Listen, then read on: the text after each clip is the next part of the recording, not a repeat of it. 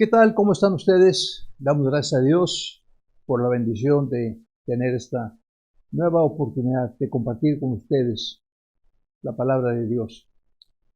Esta es nuestra clase de escuela dominical y esta es la sexta sesión dedicada al estudio de la doctrina de la santificación. Esta cuarta última parte se llama, o le hemos puesto así, los medios de la santificación. Y en el repaso anterior veíamos que los medios para nuestra santificación son tanto divinos como humanos. Hablando de los medios divinos, estamos contando con Dios el Padre, Dios el Hijo y Dios el Espíritu Santo. Y luego, al hablar de los medios humanos, pues podemos ahí tomar en parte la intervención de Cristo Jesús como persona, porque en su entrega, en su sacrificio por nosotros, definitivamente tuvo una parte importantísima, vital, en que nosotros fuéramos encaminados hacia el rumbo de la regeneración, justificación y santificación. De manera que también entonces lo involucramos a él tanto en los medios divinos como en los humanos. Luego, cuando fuimos al inciso B, comenzamos a ver entonces en qué consiste la participación humana, el inciso B de la lección que estoy hablando, de nuestro cuaderno de estudio. Comenzamos a ver entonces ahí cuál era la parte o en qué consistía la participación humana, tratando de averiguar qué es lo que los cristianos podemos y debemos hacer para avanzar en ese proceso. Es muy paradójico que tantos de nosotros cristianos nos quedemos estacionados justamente habiendo dado el paso de confiar en Jesucristo para salvación y ahí nos quedamos. No crecimos, no avanzamos, no cambió nuestra vida, no hubo ninguna cosa así que impactante, no hubo desarrollo, no hubo nada. ¿Somos salvos? Sí, somos salvos. Pero nuestra vida y nuestro testimonio dejan mucho, mucho que desear. Así que nos preguntábamos qué es lo que el hombre tiene que hacer y dijimos que lo que tenía que hacer en primer lugar era poner su fe en Cristo Jesús, como lo hizo para salvación, pero luego continuar poniendo esa fe o teniendo a Cristo Jesús como el objeto de su fe para la vida diaria. ¿Por qué? Porque dijimos que Jesús está interesado, al igual que el Dios Padre y el Dios Espíritu Santo, están interesados en nuestro desarrollo y en nuestra santificación completa y total.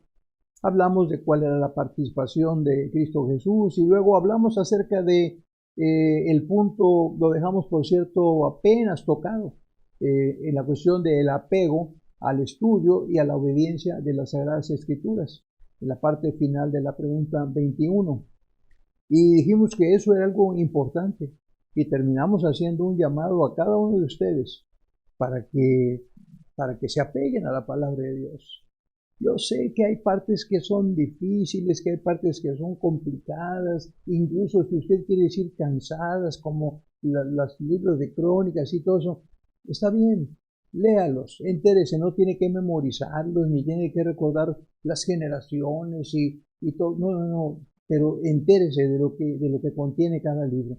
Ya mañana pasado, si usted necesita analizar algo en particular, va ahí con la lupa, entonces ya analiza todo. Y verá qué interesante, e incluso los libros históricos o los libros esos de crónicas y todo lo demás. Y le decía que lo último que hicimos fue en la pregunta 22, analizar la pregunta y la respuesta. Y dijimos que nos había puesto ahí el que escribió la clase, nos había puesto ahí 3 versículos facilitos para apoyar su respuesta. Y pues claro, facilitos, para el que sabe, ¿verdad? Pero para nosotros estaban un poquito complejitos. Comenzamos por ver uno y sí, lo completamos, el de Juan 17:17. Santifícalos en tu verdad, tu palabra es verdad. Y el otro pasaje es el pasaje de Efesios 5:26. Y hoy vamos a dedicar un poco de tiempo a esta interesante tarea, analizar ese versículo. Espero que no le resulte muy aburrido ni muy complicado, sino que al contrario le parezca enriquecedor esto que yo estoy compartiendo con usted y si tenemos tiempo veremos algo más en avance de nuestra lección. Así que Efesios capítulo 5, verso 26. Este es un pasaje precioso, nada menos. Hace unos poquitos días, el domingo antepasado, por ahí, el hermano Edgar predicó sobre este pasaje, o al menos lo tocó también. Estaba hablando acerca de la relación conyugal. Y la carta a los Efesios es una carta muy interesante, muy profunda. También escuchamos un devocional de uno de nuestros estudiantes en el seminario recientemente sobre el capítulo 6 de Efesios. Hay mucha riqueza ahí. Hoy vamos a enterarnos solamente, o a interesarnos, o a involucrarnos solamente con el versículo 26 del capítulo 5, que dice así: para santificarla, habiéndola purificado en el lavamiento del agua por la palabra. Obviamente, dice usted, pues no podemos sacar un versículo así completamente del contexto y presentarlo y todo eso. Tiene que haber un contexto que determine o que defina cuál es el significado. Lo primero que le tengo que decir es que al estudiar este versículo, no podemos olvidar que está en el contexto de un pasaje en el que Pablo habla de la vida conyugal, vamos a decir así, de la manera de sobrellevarnos bien los unos con los otros, vaya, de las responsabilidades del hombre y la mujer en la relación familiar. Y lo hace todo ello bajo el encabezado del sometimiento de los unos para con los otros, de una forma u otra. Nada más permítame ir al versículo 25 para darnos un poquito de contexto, y vamos a tomar el 25, 26 y parte del 27. Dice: maridos, amad a vuestras mujeres, así como Cristo amó a la iglesia. Ahí está entonces ya el objeto del amor de Cristo. Así como que el de maridos, amad a vuestras mujeres es una expresión introductoria. Pablo está hablando realmente del amor de Cristo por su iglesia y lo está usando como un ejemplo para lo que debe ser del marido, pero no hablamos del tema conyugal ahorita. Hablamos aquí acerca de la iglesia y de nuestra santificación. Así como Cristo amó a la iglesia, y luego la frase que me interesa es: y se entregó a sí mismo por ella para santificarla. Porque si nosotros estudiamos solamente el puro verso 26, nos vamos a ver en problemas. Así es que primero que nada, no olvidemos el contexto. Ahora, para santificarla, ya en la sesión anterior dedicamos un buen tiempo, no vamos a repetir todo lo que dijimos allá, pero sí dijimos que la palabra santidad o santificación o cualquiera de esas acepciones viene de una palabra que significa consagrar, dedicar, separar, santificar. Y en el versículo de Juan 17:17 vimos que cuando Cristo Jesús dijo: santifícalos en tu verdad, lo que estaba pidiéndole al Padre era que los separara de usos profanos y los dedicara a cosas santas. Lo que no cubrimos en aquel momento fue el proceso de santificación, pero vamos a continuar con ello en un momentito más. Así que, pasando entonces a Efesios capítulo 5, versículo 26, tenemos que reconocer que lo que encontramos aquí, para comenzar, déjeme llamarlo de esta manera, es la expresión del gran propósito de Cristo al darse a sí mismo por su iglesia. Y como le decía hace un momento, volvamos a hacer el ejercicio, porque el pensamiento queda mucho más claro cuando lo ligamos con el verso 25 y el verso 26. Si tan solo tomamos, como dije, la última parte del 25, que dice: Cristo amó a la iglesia y se entregó por ella, y luego la primera parte del 26, para santificarla con todo lo demás que trae. Muy bien, ya tenemos cuando menos aquí esa expresión. Así que lo primero que queremos entender es la manera posible en la que dice: para santificarla. Ya hemos dicho que estas dos palabras, ¿verdad?, se entregó a sí misma para santificarla, o incluso estas palabras, para santificarla, constituyen la declaración del encomiable propósito de Cristo Jesús para su iglesia. No cabe la menor duda de que Cristo consideró a su iglesia como algo tan digno que podía merecer su propio sacrificio, porque así, de esa manera, estaría valorándola y expresando de una manera bien clara su propósito para ella, al decir: para santificarla. Su propósito del Señor fue, es y seguirá siendo santificarla. Y luego en el verso 26 termina diciendo: o expresando el medio para lograr esa santificación que nos había quedado pendiente. Cuando dice, habiéndola purificado en el lavamiento del agua por la palabra, teniendo a la vista, como dice el verso 27, ¿verdad? A fin de presentársela a sí mismo una iglesia gloriosa, que no tuviese mancha, ni arruga, ni cosas semejantes, sino que fuese santa y sin mancha. Esa es la imagen que Cristo Jesús está buscando en su iglesia hoy en día. Esa es la imagen y Él va a hacer todo lo que sea necesario. Y Dios el Padre nos va a santificar de una forma completa y total. Y cuando venga esa presentación, esa escena gloriosa, esa escena maravillosa de las bodas del Cordero, la iglesia estará completamente inmaculada para santificarla. ¿Cómo decimos que una persona o que una cosa son santificadas? Ya entendimos lo que es el concepto de santificar, separar de usos profanos para dedicar a usos divinos. ¿Pero cómo? La Biblia habla de tres posibles maneras para santificar una cosa o una persona. Voy a irme un poco rápido aquí y no me voy a detener mucho en muchos versículos, pero le voy a dar la referencia para que usted los pueda revisar luego y estudiarlos. La primera manera de santificar una cosa o una persona es por medio de una ceremonia externa de limpieza. Por ejemplo, cuando Pablo escribe, o el autor de los Hebreos escribe en capítulo 9, verso 13, acerca de las ofrendas del sistema levítico, cómo se santificaban por medio de la sangre. Toda una ceremonia está ahí descrita.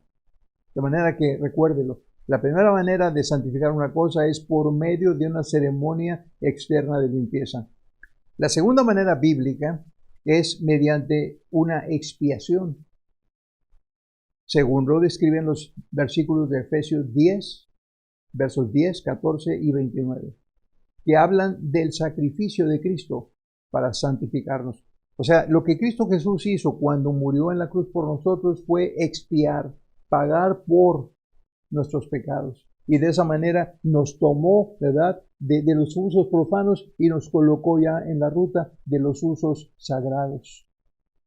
Segunda manera, entonces, por medio de un acto de expiación. Y la tercera manera sería por medio de una purificación interna, según lo consigna Pablo en la primera a Tesalonicenses 5:23, pasaje que ya hemos mencionado. Ahora, cuando hablamos de estas tres, dice, sí, pero ¿cuál es la que usa aquí para santificarla? La mayoría de los intérpretes bíblicos adoptan la tercera manera de santificación, una purificación interna, cuando se habla de una persona en el periodo nuevo testamentario, y en especial cuando se habla de la iglesia como la esposa del Cordero. De modo que si estamos hablando entonces acerca de la santificación, para santificarla, Efesios 5:26, si estamos hablando de la santificación de la iglesia, ese objetivo, ese propósito, se consigue o está diseñado que se consiga a través de la palabra, a través de la purificación por la palabra de Dios. Ahora, aquí viene un poquito complicado este pasaje. Efesios 5:26 habla tanto de una purificación como de una santificación, es lo que dice el versículo, para santificarla habiéndola purificado en el lavamiento del agua por la palabra. Lo hemos leído muchas veces. Yo no lo he explicado muy a fondo en algún mensaje o en alguna clase. Es probablemente una de las primeras veces que lo estoy haciendo ahora porque normalmente no hay mayor duda, no hay mayor pregunta, o a veces el que escucha no tiene idea, no sabe ni qué preguntar y se conforma con escuchar. Pero note aquí que aquí hay dos procesos. Habiéndola purificado, ¿verdad? Habiéndola purificado. Y luego antes de eso era para santificarla. Está el proceso de purificación y de santificación. Debo decirle que gramaticalmente hablando, se puede entender que estos dos procesos son simultáneos, la purificación y la santificación. Ahora, cuando hablo acerca de la cuestión gramatical, ya hemos tenido nuestros encuentros a este respecto, estoy hablando del tiempo aoristo de los participios santificarla y purificarla. Ambos en el idioma original son participios y son participios en tiempo aoristo, lo que nos permite entender que la purificación tuvo lugar al mismo tiempo que la santificación, o está teniendo lugar la purificación al mismo tiempo que la santificación, y que el medio para lograr esto es la palabra de Dios, que es la que está operando esos procesos. Podríamos meternos en honduras gramaticales, pero yo creo que ahorita mejor dejamos las complicaciones gramaticales de lado. Así es que quizás nos baste a nosotros decir que el significado de todo el versículo 26 es que el Señor apartaría y santificaría a la iglesia con base en la palabra, con base en el evangelio de salvación predicado y por ella aceptado.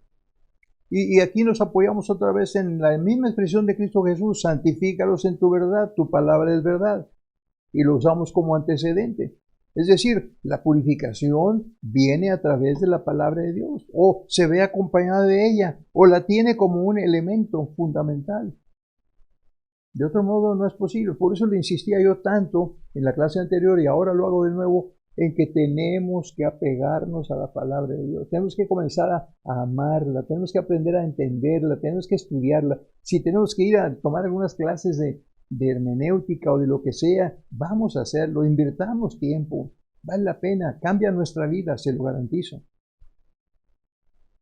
El pasaje entonces, la pregunta 2 nos daba tres citas. Juan 17:17 la vimos en la sesión anterior, Efesios 5:26 la hemos visto rápidamente ahorita, y el otro pasaje es Juan 15:13. ¿Qué dice Juan 15:13? Dice, Jesús está hablando a los discípulos y les dice: ya vosotros estáis limpios. ¿Se acuerda usted cómo termina ese versículo? Permítame ver primero mi cita. No quiero darle una referencia equivocada. Juan 15:3 dice el Señor cuando habla acerca de la vid verdadera: ya vosotros estáis limpios. ¿Por qué? Por la palabra que os he hablado. Imagínense la escena. Cristo Jesús ha estado con sus discípulos por un buen tiempo. Han caminado juntos, les ha enseñado, han comido juntos, han descansado juntos, han pasado noches enteras orando o hablando o enseñando o aprendiendo. Y todo es revelación de Dios a través de Cristo Jesús a ellos. Qué fantástica vida, ¿no le parece? Al menos desde el punto de vista espiritual. Al grado que llega Jesús y les dice: ya vosotros estáis limpios. Ahora, no quiero decir que no dice ya vosotros estáis perfectos. No dice ya ustedes están santificados totalmente. Dice: ya vosotros estáis limpios. Quiero darle algún par de significados aquí. La palabra limpios viene de un vocablo griego, ¿verdad?, que significa sin mezcla. Lo podemos entender. ¿Qué es lo que está limpio? Hace unos días veía un videito de esos en donde uno piensa que con el gel que se pone en las manos o el jabón, ya sus manos, y luego va uno y agarra una serie de cosas diferentes y con luz infrarroja o no sé qué efecto, ¿verdad?, se dan todas las contaminaciones y todos las mugres que uno trae en la mano. No están tan limpias como pensamos. Bueno, estamos relativamente limpios, y así estamos ahorita delante de Dios, relativamente limpios. Que diera que estuviéramos totalmente limpios. Entonces, lo que dice Cristo Jesús aquí es, cuando dice ya vosotros estáis limpios, no es ya sois perfectos, porque sabía que no lo eran. Todavía vamos a encontrar ahí algunos episodios en donde hay pronunciamientos de los discípulos que uno dice: oye, pero ¿cómo si has estado con el Maestro, con el Hijo de Dios por casi 3 años? No eran perfectos todavía, como ni usted ni yo lo somos todavía. Un día lo seremos. Pero lo que quiere decir aquí es: estáis limpios, sin mezcla, sin elementos indeseables. En el lenguaje figurado, la referencia sería: vosotros estáis limpios espiritualmente. Y el contexto de Juan 15, que habla de la parábola de la vid o la vid verdadera, la palabra estáis limpios se entiende como estáis limpios como una vid que ha sido podada y preparada para llevar fruto. Ojalá yo pudiera ilustrarle, pero usted puede verlo. Hay tantos medios hoy en día en internet. Usted podría ver cómo un agricultor prepara las vides para el momento en que van a empezar a producir. Las limpia, las poda, les quita todo lo que les sobra, arroja toda la basura por ahí por un lado, ya se seca y se quema, pero la vid queda erguida y la vid queda lista y muy pronto estará cargada de racimos de uvas. Ese es el sentido que Cristo Jesús les dijo a sus discípulos: ya vosotros estáis limpios por la palabra que os he hablado. En donde, paréntesis gramatical, la palabra por es una preposición que aquí gobierna el caso acusativo y que expresa la manera o la razón en la que algo fue hecho o no hecho. ¿Qué dijimos? Ya vosotros estáis limpios. Eso fue lo que fue hecho. ¿Cómo fueron limpios? Por la palabra. La palabra por indica el método, la razón o la manera en que algo fue hecho o no hecho. En este caso fue hecho. Vosotros estáis limpios por la palabra que os he hablado. Ese por nos indica claramente que hubo una limpieza efectuada por medio de la intervención de la palabra, por medio de la enseñanza, por medio de la revelación de Jesucristo compartida a sus discípulos. De modo que eso es lo que podemos decir de Juan 15:3. Y para concluir la respuesta en el subinciso B, que habla de estudio de las Escrituras y la obediencia a las mismas, les invito a que leamos el párrafo que está ahí a mediación de la página 16. Se lo voy a leer. Y usted, si tiene su cuaderno, puede leerlo conmigo. Pero quiero pedirle que reflexionemos aquí detenidamente en el contenido de este párrafo y que, si es posible, analicemos personalmente lo que aquí dice. Partamos de la siguiente pregunta: ¿cómo santifica al creyente la palabra de Dios? Y luego dice ahí, estamos ahí en la línea tercera del párrafo. Dice: reflexione usted cuidadosa y detenidamente en el contenido de este párrafo, analizando lo aquí consignado. Partamos de la siguiente pregunta: ¿cómo santifica al creyente la palabra de Dios? Y dice, primero, esta es su tarea, esta es su encomienda. Revíselo, repáselo, reflexiónelo. Primero, haciéndonos ver el pecado que hemos cometido o estamos a punto de cometer. Hablábamos de eso en la sesión pasada. Como el Espíritu Santo, a través de la palabra, también puede hacerlo. Está usted leyendo un pasaje y aquí dice, no hagáis esto, y resulta que usted lo acaba de hacer o está a punto de hacerlo. La Biblia le va a revelar y le va a decir, estás mal.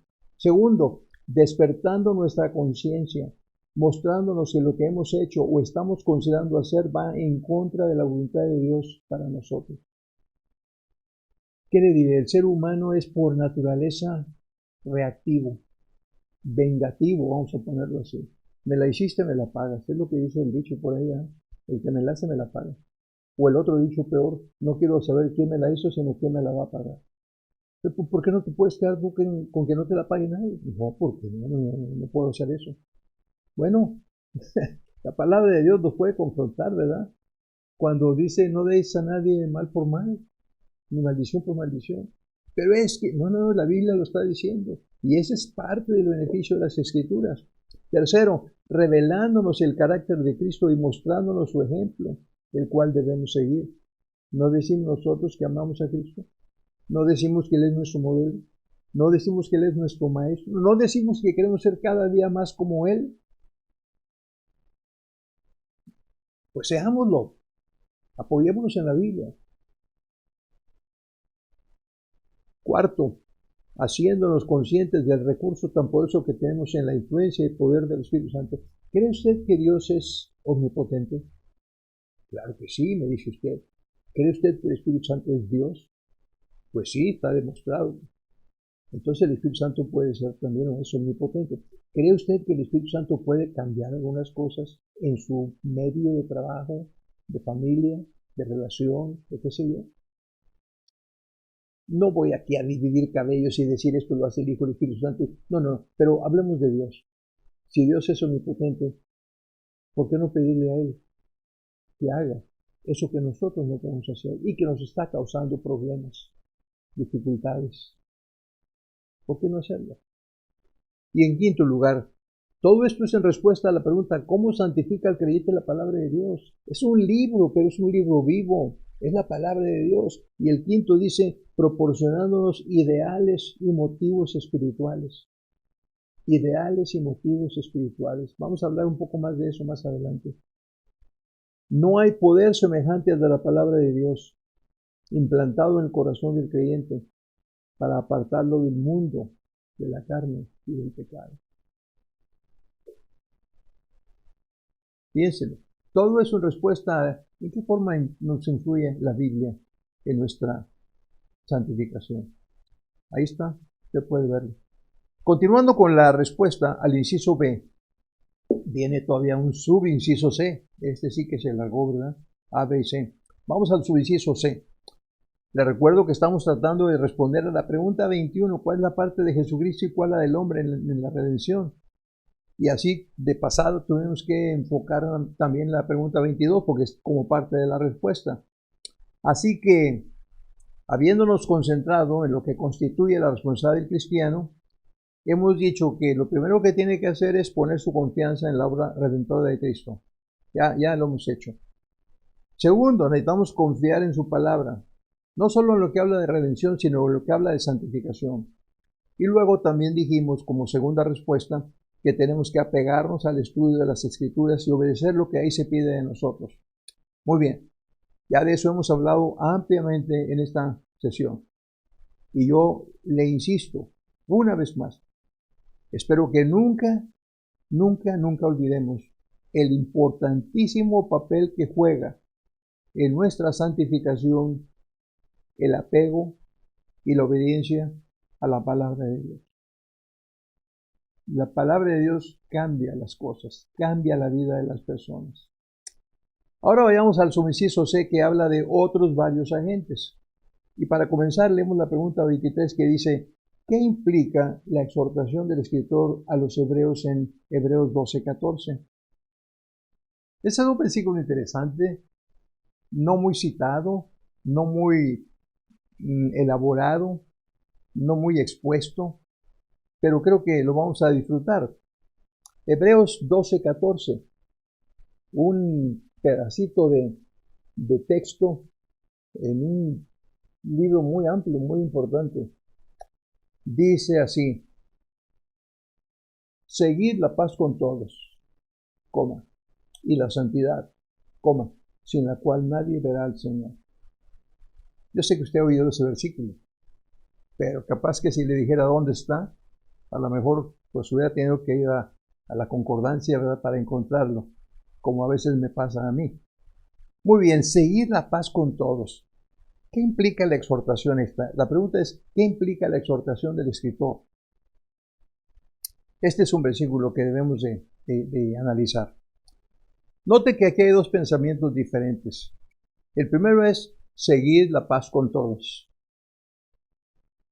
Hablemos de eso un momentito. ¿Hay alguna duda respecto de lo que dice ese pasaje? ¿Seguid la paz con todos? ¿Es fácil de entender o es difícil de entender? ¿Hay alguna ambigüedad en él? Para nada, para nada. Pero hagámoslo a la manera de Isaías Rodríguez. Primero que nada, consignemos que este es un verbo, ¿verdad? Seguir, viene del verbo seguir. El infinitivo sería seguir. Este es un verbo, está en modo imperativo. ¿Qué es el modo imperativo? Es el modo en el que se dan órdenes. Es un mandato. Seguir. Luego, tiempo presente continuo. Cuando menos aquí ya nos olvidamos de los auristos, ¿no? Presente continuo. Seguir la paz con todos. ¿Cuándo? Bueno, eso era para ayer. No. Bueno, eso es para mañana. No. Era para ayer, para mañana y para hoy también. Por eso se llama presente continuo. Número y persona. Número plural. Todos. Persona. Segunda persona del plural. Vosotros. Seguid la paz con todos. Qué sencillo, ¿verdad? Y que ayuda la gramática, no cabe duda. Eso incluye a todos los cristianos. Le pregunto, ¿es usted cristiano? No, pues claro que sí. Bueno, pues entonces le incluye a usted. Si usted es cristiano o se presenta como seguidor de Jesús, entonces este es un mandamiento para usted también. ¿Y se da cuenta de otra cosa? ¿Con quién debemos de seguir la paz? Con todos. ¿Todos? ¿Qué quiere decir todos? ¿Todos los cristianos? No, no dice eso. ¿Con los no cristianos particularmente? No, tampoco dice eso. Dice con todos. Y todos es todos. Incluye a cristianos y a no cristianos. Así que hagamos un pequeño ejercicio de aplicación. ¿Qué le parece? Mire, se la voy a poner fácil. Por ahora, me voy a tomar la libertad de limitar la aplicación de esta primera frase del texto solamente a cristianos. Haga de cuenta que el pasaje dijera, cuidado, no estoy tratando de violar. Es un ejemplo. No dice seguir la paz con todos los cristianos, pero si lo dijera, yo le preguntaría, ¿cómo anda usted en sus relaciones con los cristianos que conoce? ¿Con todos se lleva bien? ¿No anda peleado con alguno de ellos? ¿No llegó algún momento en que dijo, ojalá y Dios castigue a Juan Pérez?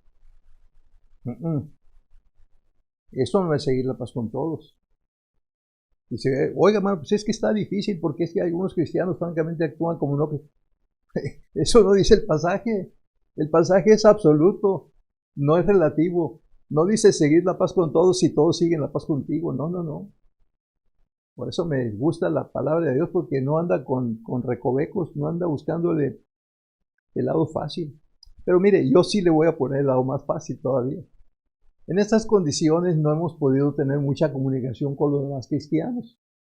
No nos hemos podido reunir en el templo, no hemos podido ir a reuniones de asociaciones, no hemos podido ir a rallies, no podemos ir a campañas, a nada, no hemos podido salir.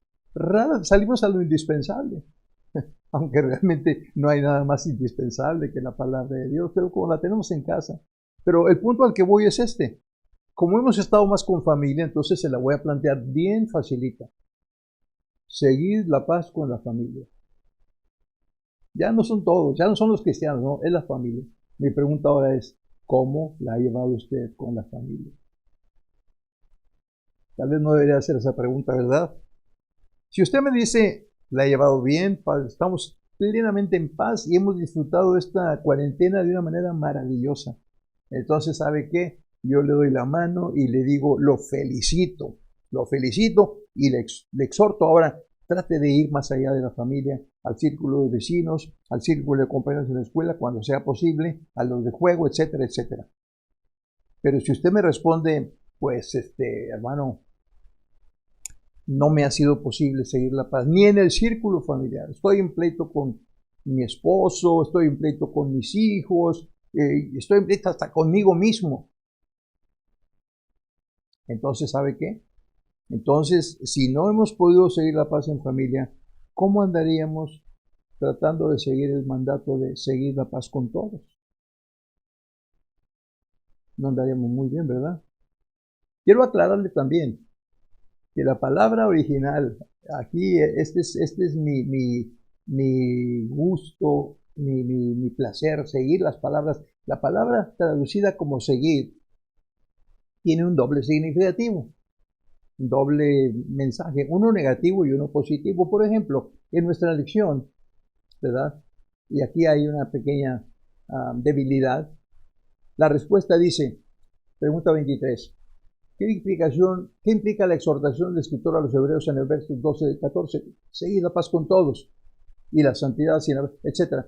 La exhortación a seguir, dice aquí la respuesta, significa acosar, perseguir, como Pablo siguió y acosó a los cristianos primitivos. ¿Sabe qué? Ese es el aspecto negativo de la respuesta.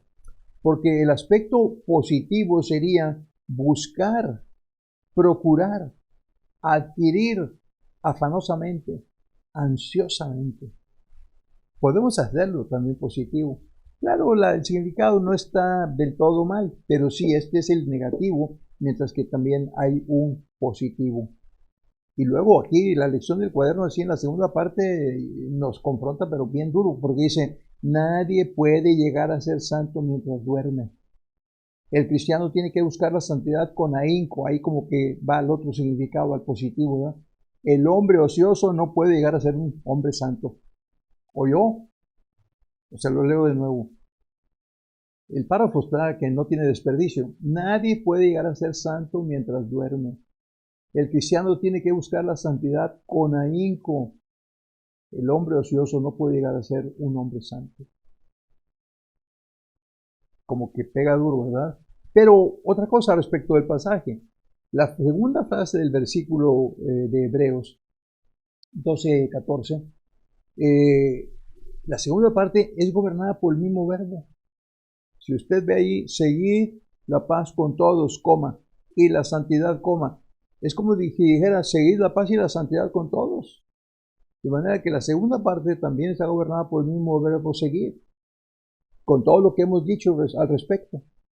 Y luego ese complemento, y la santidad, sin la cual nadie verá al Señor. Y ese es el enfoque principal que persigue nuestra lección, porque estamos hablando de la doctrina de la santificación. No pude dejar de permitirme el privilegio, el placer, ¿verdad?, de explorar ese pasaje, ya que está mencionado en nuestra lección. Pero aquí es donde volvemos a encontrarnos con nuestra vieja conocida palabra, santidad. ¿Se acuerdan? Santifícalos para santificarla, seguir la santidad. La misma palabra, diferentes formas, pero es la palabra. ¿Y qué dijimos que significaba la santidad? Separar de cosas profanas para consagrar a cosas espirituales o divinas. En este contexto de Hebreos 12, la palabra santidad se refiere a nuestra condición personal. Se dice bien, no se me distraiga. Cuando el escritor escribe, es como si puntualizara, tú y tú, seguid la paz con todos. Y la santidad. Es decir, tú no puedes dejar de buscar la santidad. Está hablándome a mí. Está hablando de mi condición personal. Está hablando de todo aquello que da marco a mi corazón y que de hecho debe llenar completamente mi corazón. Está hablando de aquello que hace que está en mí, que hace que yo me torne a Dios con todo mi ser y que busque agradarle haciendo su voluntad en todo lo posible y hasta en lo posible también intentarlo. ¿Le ha tocado alguna ocasión algo que le dicen que hay que hacer y usted dice no creo que lo pueda hacer? Es imposible, yo no haría eso. Pues si lo intenta con buena voluntad y con mente centrada en agradar a Dios, capaz que sí puede hacerlo. Capaz que sí puede. Así que cuando hablamos de santidad estamos hablando de nosotros. ¿Cómo puedo yo decir que vivo una vida santa si estoy rodeado de pecado, de maldad, de tentaciones, de carnalidad, de cosas putrefactas? Perdóname usar la palabra. No puedo. Todo aquello me impide que yo viva una vida santa. Pero si yo estoy buscando la santidad, entonces debo comenzar por limpiar mi vida, mi ambiente, mis relaciones, todo completamente. No digo irme de ermitaño, no, al contrario. Yo crear un ambiente en derredor mío que la gente cuando se acerque sienta la influencia de mi conducta. Que cuando yo me presente la gente diga, respetemos, porque esta es una persona que camina muy cerca de Dios. Santidad nos habla de despojarnos de toda nuestra carnalidad y de conformarnos a Dios, a lo que Él espera de nosotros. Bien ha dicho alguien que la santidad es la quinta esencia de todo aquello que nos ha sido dado por el Espíritu de Dios. Discutámoslo o no, pero es una frase que vale la pena considerar. Y la misma posición encontramos en otros pasajes. Estos se los doy de referencia. Le había dicho que le iba a dar algunos. No los íbamos a discutir aquí a fondo, pero algunos sí. Efesios 4:21. También habla de lo mismo. Efesios 4:21. Primera de Pedro 1:15. Primera de Pedro 1:15 y 16 también. Y primera de Juan capítulo 3, versos 2 y 3. Vea esos pasajes también y verá cómo confirman y fortalecen el pensamiento de Hebreos 12:14. Pero volvamos a Hebreos 12:14, porque es un pasaje interesante. Y es el motivo de la pregunta número 23. ¿Qué significa esa expresión? Seguid la paz con todos y la santidad. Y luego la última parte, sin la cual nadie verá al Señor. Como que nos pone a pensar eso, ¿no es cierto? ¿Qué significa eso? ¿Será una amenaza acaso? No, más bien es una declaración de hecho. Mire, lo que dice la expresión es que un alma desprovista de santidad no tiene fe, no tiene la capacidad, no puede ver al Señor. Sin santidad nadie verá al Señor. No se está refiriendo necesariamente a un momento escatológico. No se está refiriendo al final de finales. No se está refiriendo, no, está hablando aquí de ahorita. Está hablando de aquí. Yo puedo ver a Dios actuando en esto y en esto y en esto, en mi propia vida. Pero cuando estoy viviendo una vida llena de suciedad, definitivamente no puedo ver al Señor. No puedo ver al Señor. Es lo que dice el pasaje. Un alma ausente de santidad no puede tener comunión, estrecha relación con Dios. Pero así como hay una implicación negativa, hay una implicación positiva. Y la implicación es a la inversa también. Un alma que se esfuerza por vivir en santidad, no solamente ve, sino que disfruta la relación con Dios. Me encanta hacer preguntas aquí que se me vienen a la mente. ¿Se acuerda usted de las bienaventuranzas? ¿Cuántas bienaventuranzas hay? Le pregunto porque sé que hay personas que me escuchen que les gusta responder estas preguntas. Esta es una difícil. Hay una de ellas, te la voy a comenzar a citar y usted la va a poder completar, estoy seguro. Me emociona decirlo. Bienaventurados los de limpio corazón. ¿Cómo termina? ¿Cómo termina? Porque ellos verán a Dios. No está hablando nada más de allá, cuando nos encontremos con Él, en el by and by, en el más allá. No. Está hablando de que las personas que tienen un corazón limpio y que procuran mantenerlo limpio, pueden ver la manifestación de Dios en su derredor constantemente. Y podría mencionarle una serie de pasajes. Ese pasaje está en Mateo 5:8 para que usted lo pueda ver. Y podría mencionarle más, pero solamente quiero agregarle uno o dos para que usted los consulte respecto a esto. La santidad nos permite ver a Dios en nuestra vida. Primera Corintios, capítulo 6, versos 9 y 10. Y Primera de Juan, capítulo 3, versos 2 y 3. Ya lo hemos mencionado antes. Creo que nos queda tiempo para ver una pregunta más, rápidamente. Vayamos a la pregunta 24. No me voy a detener mucho ni a desviar mucho en comentarios, pero voy a ir al punto. La pregunta 24 dice, cambia el tema completamente. Dice, ¿qué propósito tiene la disciplina de Dios según Hebreos 12, versos 10 y 11? Esos versículos dicen así, y aquellos, el verso 10, y aquellos, refiriéndose a los padres terrenales, aquellos ciertamente por pocos días nos disciplinaban como a ellos les parecía, pero o sea, Dios, para lo que nos es provechoso, para que participemos de su santidad. Y dice la promesa, habla de propósito, para que participemos de su santidad. La pregunta es, ¿qué propósito tiene la disciplina de Dios? Vamos a apoyarnos en la respuesta de nuestro cuaderno de estudio, que es muy interesante. La voy a seguir casi al pie de la letra. Dice así la respuesta. La disciplina de Dios siempre es para lo que nos es provechoso, para que nosotros participemos de su santidad, según el verso 10. Y según el verso 11, aunque la disciplina de Dios, al recibirla, no parece ser causa de gozo, sino de tristeza, después da fruto apacible de justicia a los que en ella han sido ejercitados. Qué interesante. Y continúa diciendo el comentario en nuestro cuaderno de estudio. A fin de captar el significado completo del verso 10, observemos que la disciplina terrenal y la celestial son descritas en 4 frases que se contrastan entre sí. Este no es muy fácil el ejemplo, pero se lo dejo y se lo voy a dar deliberadito para que usted lo pueda meditar. 4 frases que contrastan entre sí, 2 y 2. El primer contraste lo encontramos entre la primera expresión del verso 10, por pocos días.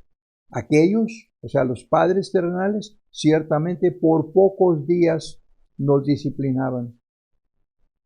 Y esta frase primera se contrasta con la cuarta, para que participemos de su santidad. Y el lector podría decir, ¿dónde está el contraste? Y la respuesta es que para ver el contraste entre estas dos expresiones, tenemos que considerar cuidadosamente las proposiciones, las expresiones de propósito que aquí son utilizadas. La primera expresión usa la palabra por. Aquí vamos a enredarnos un poquito en cuestiones de idioma otra vez, pero es muy importante.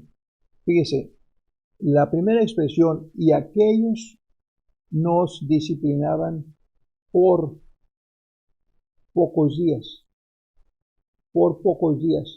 como a ellos les parecía. Esa palabra por viene de una partícula que significa hacia.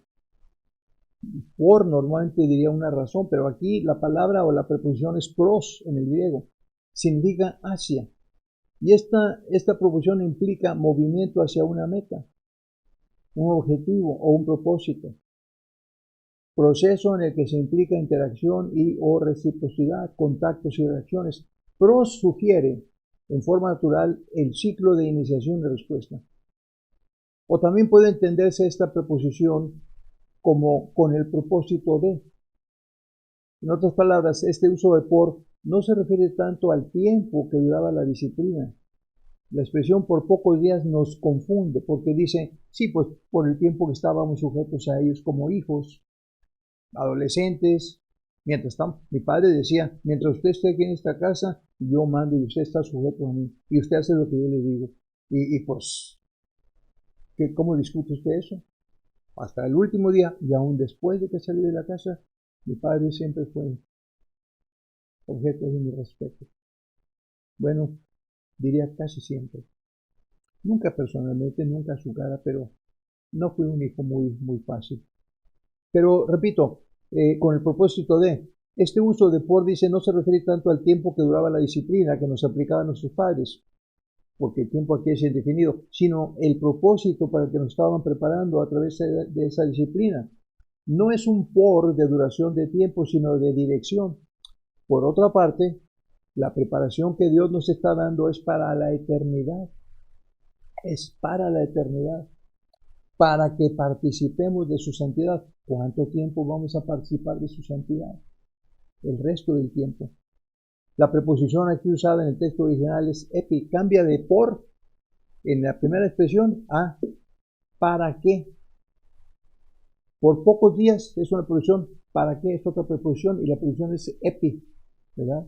Y esta preposición sugiere el efecto resultante de la acción efectuada. Es decir, la disciplina a la que Dios nos sujeta tiene el propósito de que participemos de su santidad.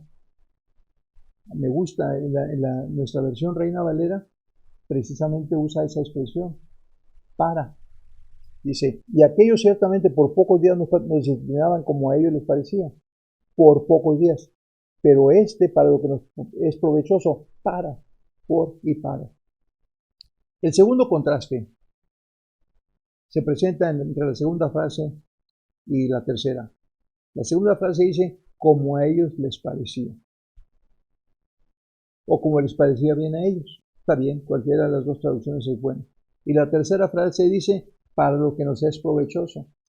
Bueno, yo creo que nosotros estaremos de acuerdo en pensar que muchas veces nuestros padres nos disciplinaron injustamente. ¿No diría usted eso?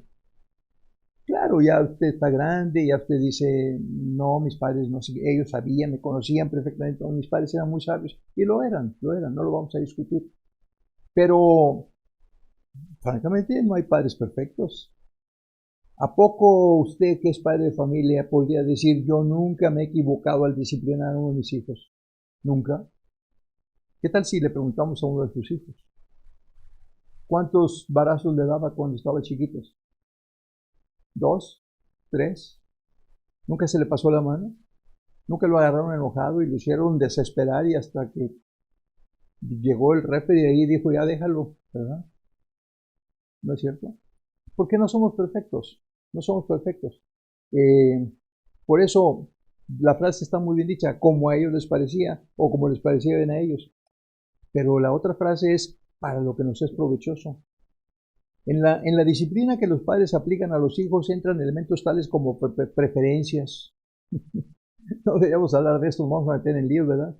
Porque los padres todos decimos que no tenemos preferencias para los hijos y lo cierto es que los queremos igual a todos, pero hay alguno de ellos que nos conoce el punto débil, ¿verdad? Y no que lo hagan deliberadamente, simplemente nos ganan, como dicen por ahí. Entran pasiones, entran posibles conceptos equivocados de lo que es bueno para los hijos. Yo pensaba, o al menos mi padre pensaba que era bueno para los hijos agarrar la cuarta y darnos una buena. Lo malo es que él a veces tiraba el cuartazo donde aterrizara, no en las partes blandas, sino donde caía, y a veces andaba uno todo moreteado porque al defenderse del cintarazo, pues metía uno el brazo o volteaba y quedaba en la marca, y eran aquellos tiempos, ¿verdad? Yo traté de mejorar un poco ahí sobre eso, pero mis hijos se deben acordar de la varita mágica, y supongo que más de una vez fui injusto con ellos, supongo. Porque entran conceptos equivocados de lo que es bueno para ellos. Aún los padres más sabios y amorosos cometemos errores, pensando que estamos actuando bien y dañamos a los hijos. Pero el entrenamiento que Dios nos provee a cada uno de nosotros en forma directa es siempre e inequívocamente para el beneficio de nosotros. Usted nunca va a poder decir que Dios lo castigó injustamente, porque no puede ser, porque Dios es justo, porque Dios es sabio, porque Dios lo sabe todo. Y Él sabe lo que usted necesita. De modo que la enseñanza es que la disciplina es para que participemos de su santidad. Si Dios nos disciplina, démosle gracias y aprendamos. Y preguntémosle, aunque nos duela, Señor, muéstrame por qué. Y muéstrame para dónde. ¿Y sabe qué? Ya se lo estamos dando aquí. Para que usted pueda participar hoy y mañana y siempre de su santidad. El entrenamiento que Dios nos provee es siempre e inequívocamente para el beneficio de nosotros. Como podemos ver, las dos disciplinas, la de los padres y la del Dios, están contrastados por esas cláusulas fundamentales. El tema continúa, pero el tiempo se nos ha agotado. Póngale usted una marquita ahí. La semana próxima reuniremos aquí en ese momento, página 17, y con el favor de Dios terminaremos esta lección y ya tendremos noticias para usted. Mientras tanto, interesémonos cada vez más en nuestra santificación, porque esta debe ir avanzando. Nos vemos en la próxima. Vamos a orar para despedirnos. Señor, desarrolla en nosotros un amor por tu palabra y desarrolla en nosotros una mente abierta y hambrienta para entenderla y aplicarla. Y desarrolla en nosotros, Señor, la convicción de que todo lo que tú haces, todo lo que viene de ti, es para que participemos de tu santidad. Bendice a los oyentes y sea conmigo. Te lo pido por Jesucristo. Amén. Que Dios le bendiga.